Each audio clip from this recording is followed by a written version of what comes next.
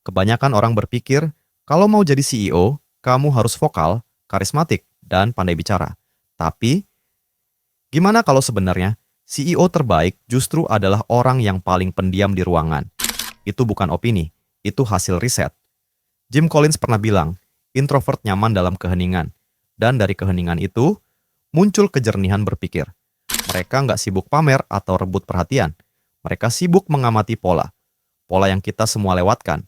Hasilnya, keputusan jangka panjang yang tepat sasaran. Mereka bisa melihat ke depan saat orang lain masih sibuk di sekarang. Tapi itu baru permukaannya. CEO yang hebat bukan cuma soal memberi perintah, tapi soal membangun kepercayaan. Dan faktanya, 80% kepercayaan dibentuk bukan dari omongan, tapi dari mendengarkan.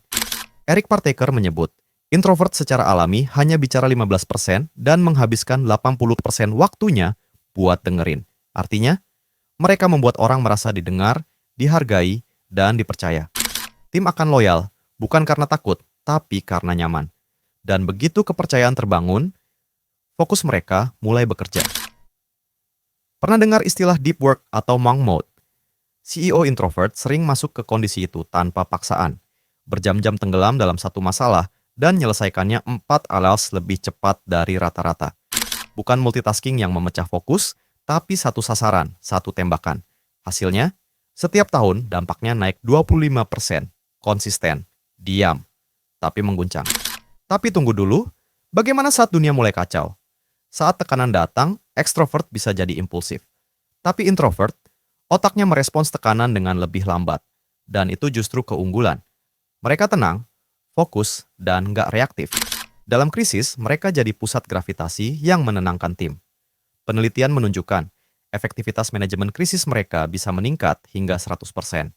Karena mereka nggak ikut panik, mereka menganalisis. Dan itu membuat jaringan mereka jadi sangat kuat.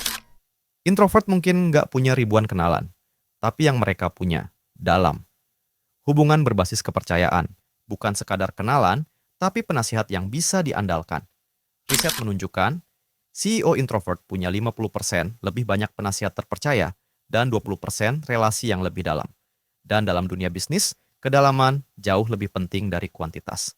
Tapi ada satu kekuatan lagi yang sering disepelekan. Introvert suka over-prepare. Dan itu bukan kelemahan, itu senjata. Mereka nggak datang ke rapat buat cari perhatian. Mereka datang dengan rencana.